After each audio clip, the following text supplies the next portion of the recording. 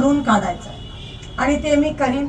पहिला आवाज लोकसभेमध्ये माझ्या शेतकरी बांधवांचा जाईल आणि आरक्षणाचा जाईल, हे मी तुम्हाला शब्द देते. शेतकऱ्यांची सेवा करणं ह्याला पण भाग्य लागतं, सगळ्यांना ते नशीब मिळत नाही. आज नाना नाही आहेत, पण नानांनी जी केलेली कामं, शब्द देते की भगीरथ दादा आणि मी आम्ही ती कामाचा पाठपुरावा करून 100% ती मार्गी लावू, हा शब्द तुम्हाला या ठिकाणी देते. आणि तुम्ही आज